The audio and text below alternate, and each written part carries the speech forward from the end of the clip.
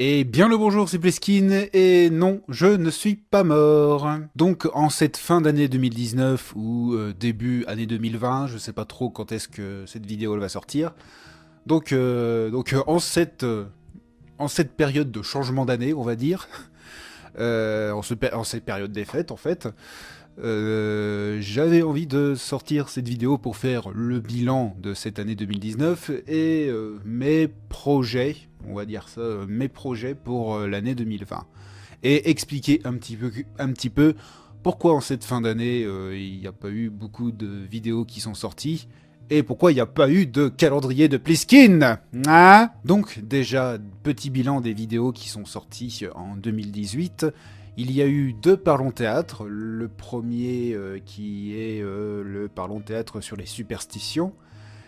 Et la deuxième sur le film 12 hommes en colère. Vidéos qui doivent être les vidéos les plus vues de la chaîne. Hein. Ce sont les vidéos auxquelles je mets plus où je mets plus de soins à les réaliser et tout ça.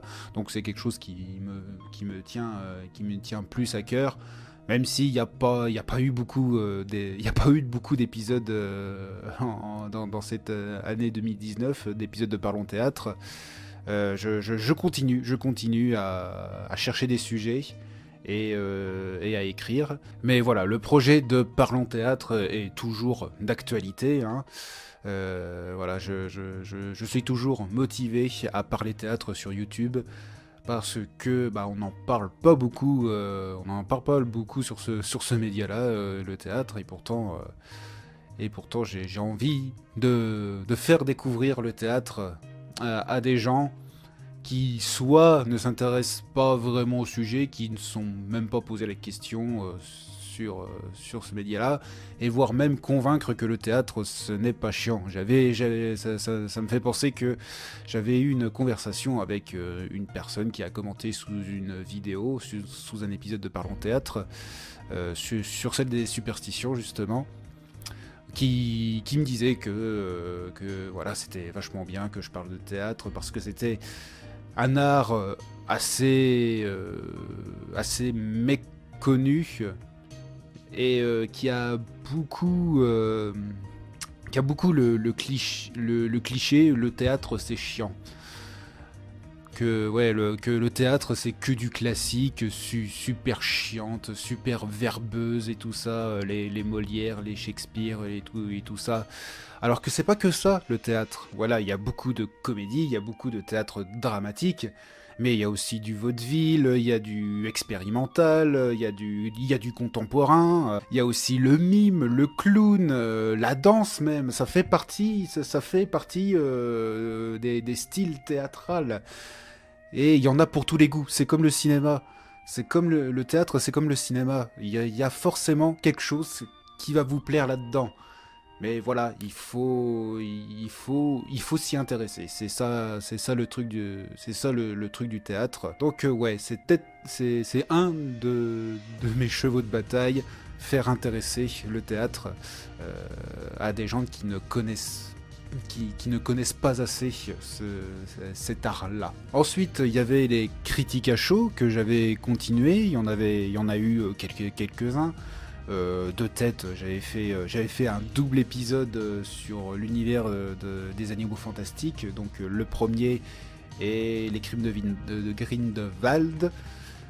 Et puis voilà, oui, de tête, il y avait Mortal Engines, à moins que ce soit l'année dernière, Mortal Engines, non, mais il y a eu les Avengers, Endgame, et à un moment donné, je m'étais dit, faudrait peut-être changer le concept. Je voulais passer sur de la critique écrite, au lieu de la critique à chaud, où je dis des choses qui me passent par la tête. Parce que je suis pas doué aux critiques à chaud. Non, mais au bout de 2 ans, faut l'admettre, je suis pas fait pour faire des vidéos complètement improvisées où il y a pas de texte, il y a même pas de notes et tout. Regardez là, en ce moment quand je fais cette vidéo, j'ai aucune note, je dis tout ce qui passe par la tête.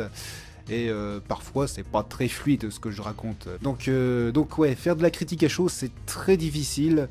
faut beaucoup parler, avoir beaucoup de débit de parole, quelque chose qu'on apprend au théâtre bien sûr, mais voilà, c'est pas ma spécialité, hein. Faire de l'improvisation, ça m'arrive de le faire, hein, mais faire des improvisations courtes, quoi, qui durent 3 minutes, 5 minutes.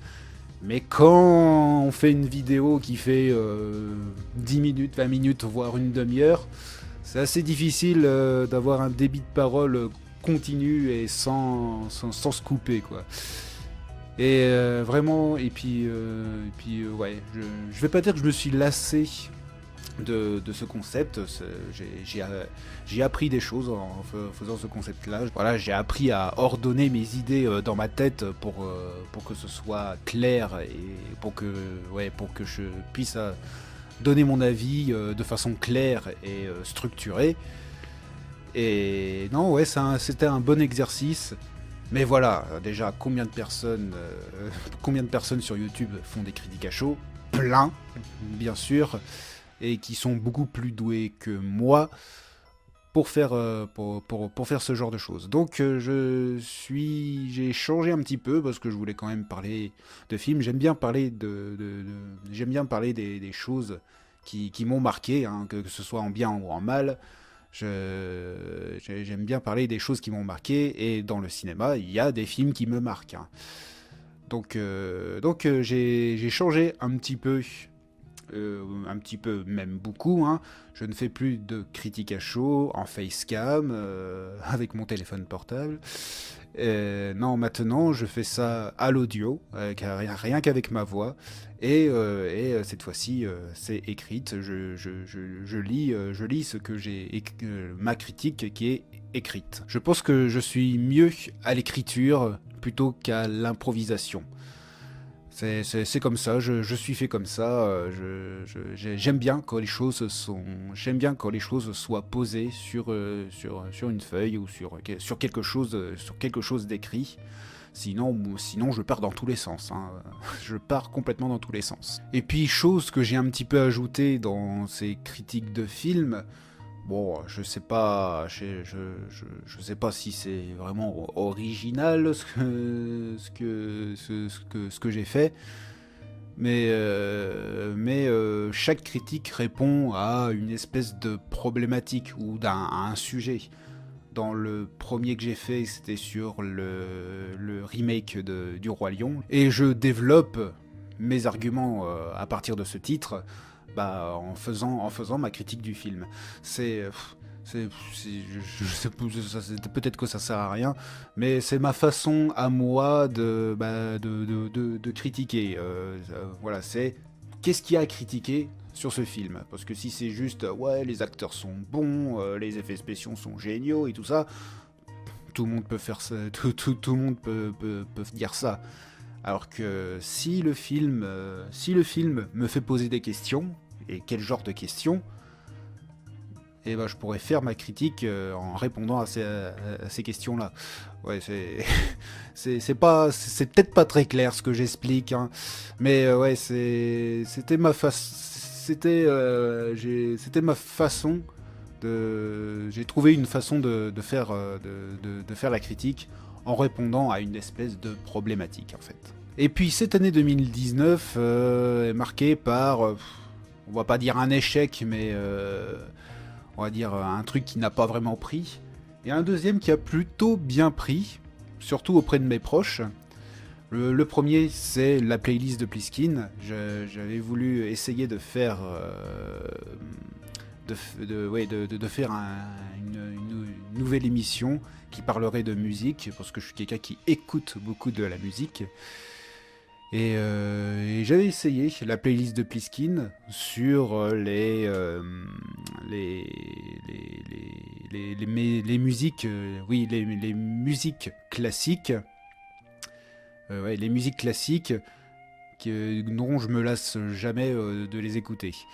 Donc un petit peu les musiques classiques, mes musiques classiques préférées, en fait. Et déjà c'était une vidéo très longue, tellement longue que je l'ai fait en 2 parties, que j'ai fait en deux vidéos, et ça n'a pas vraiment passionné les foules en fait. Hein. Je crois que c'est les seules vidéos de cette année où j'ai eu aucun pouce. Hein. Ni pouce rouge, ni pouce bleu, zéro. Donc ouais, et je pense que je vais abandonner cette idée. J'avais un deuxième thème qui était dans ma tête. J'avais commencé à sélectionner des musiques et puis il y avait un jour où j'avais sorti la caméra et tout. Je me suis dit allez, je vais faire le truc. Et au moment d'installer le micro ou carrément d'appuyer sur le bouton play, j'ai fait ouais, en fait j'ai pas trop envie de le faire quoi. Ouais, j'avais plus trop la motivation de faire cette émission. Alors est-ce que l'année prochaine ça reviendra? Je ne pense pas. J'avais un autre concept d'émission où je parlerais de groupes et d'artistes en faisant une espèce de biographie et de discographie. Mais là, pareil, c'est que ça va me prendre énormément de temps. Et puis en plus, je vais pas m'empêcher pour illustrer mes propos, de mettre la musique. Et vu que YouTube est très tatillon niveau droit d'auteur, bah je peux pas faire ce genre d'émission. Si ça aurait été qu'une question d'argent, je m'en foutrais hein, de mettre des musiques sur YouTube. Le problème, c'est qu'il y a la visibilité aussi.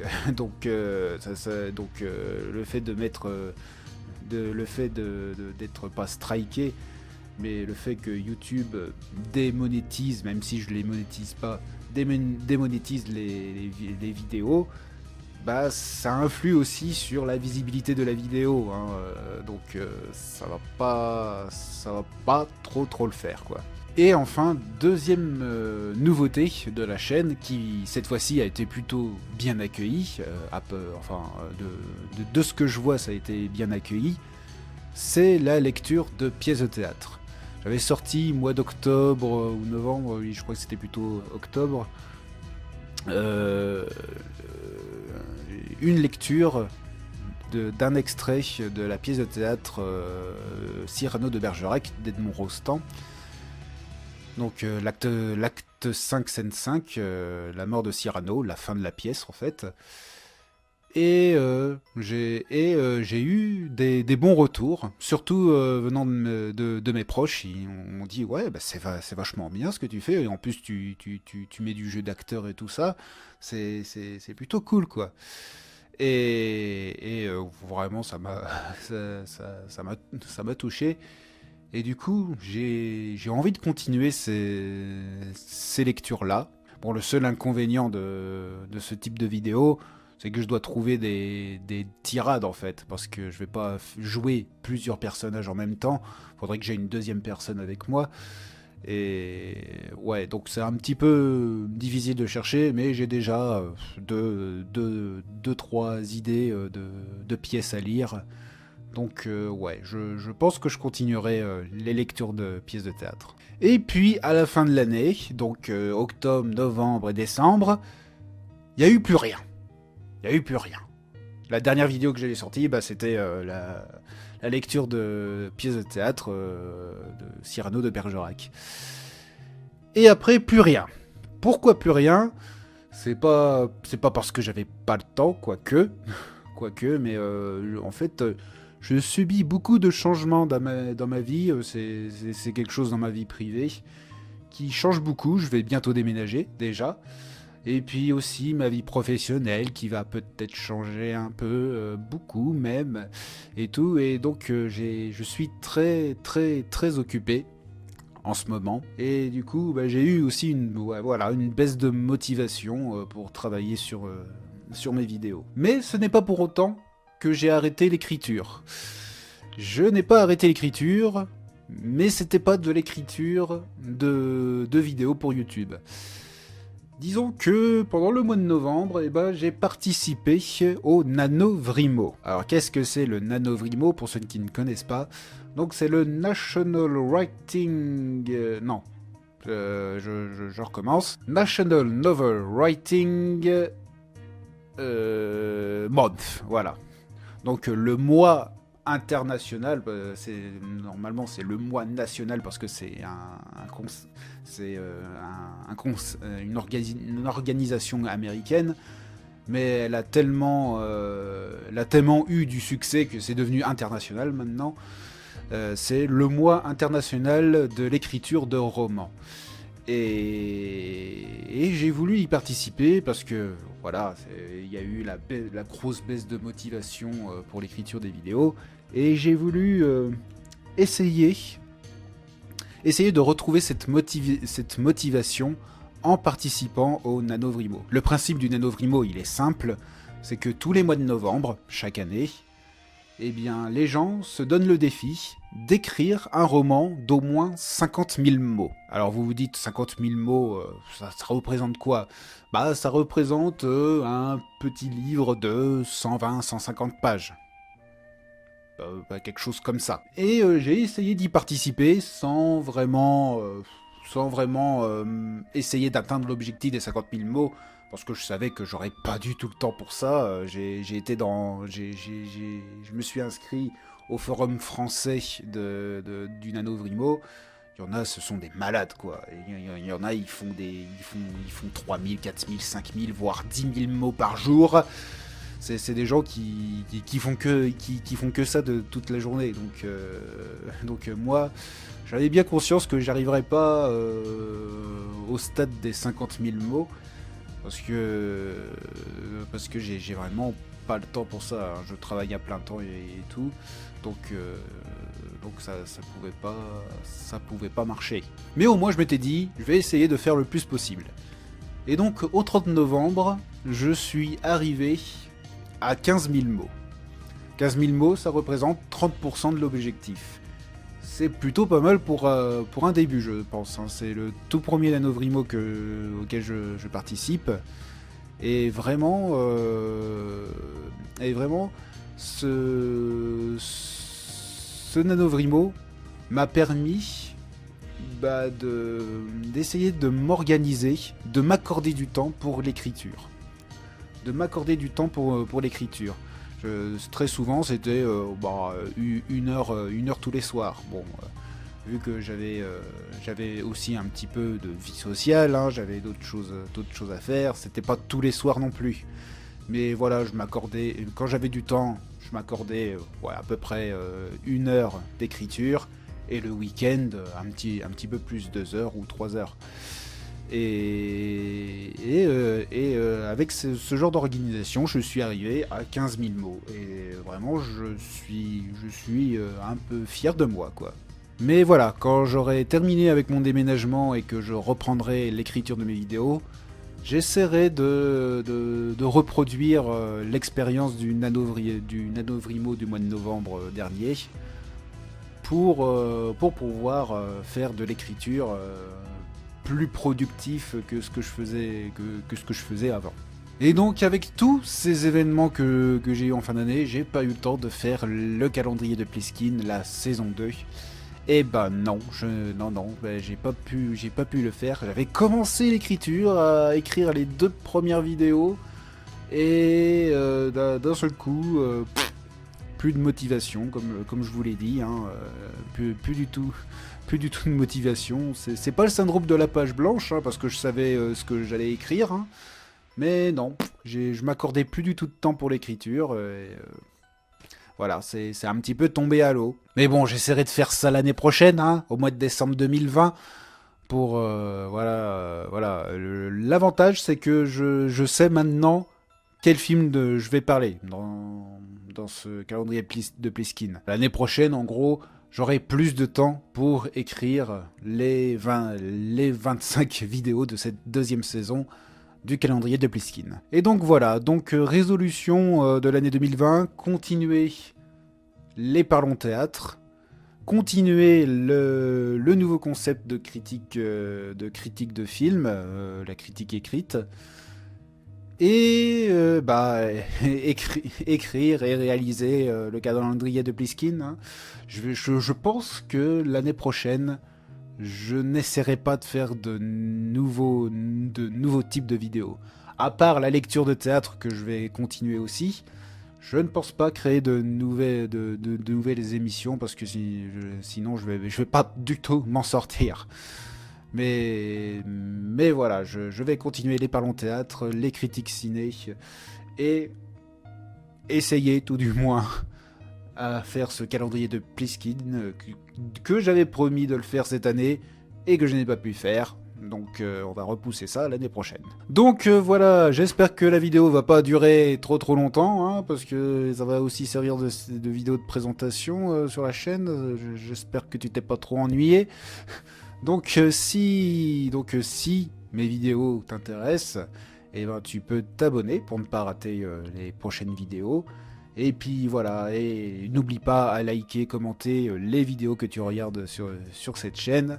Ça me fera grandement plaisir. Sur ce, portez-vous bien et moi je vous dis ciao, à la prochaine.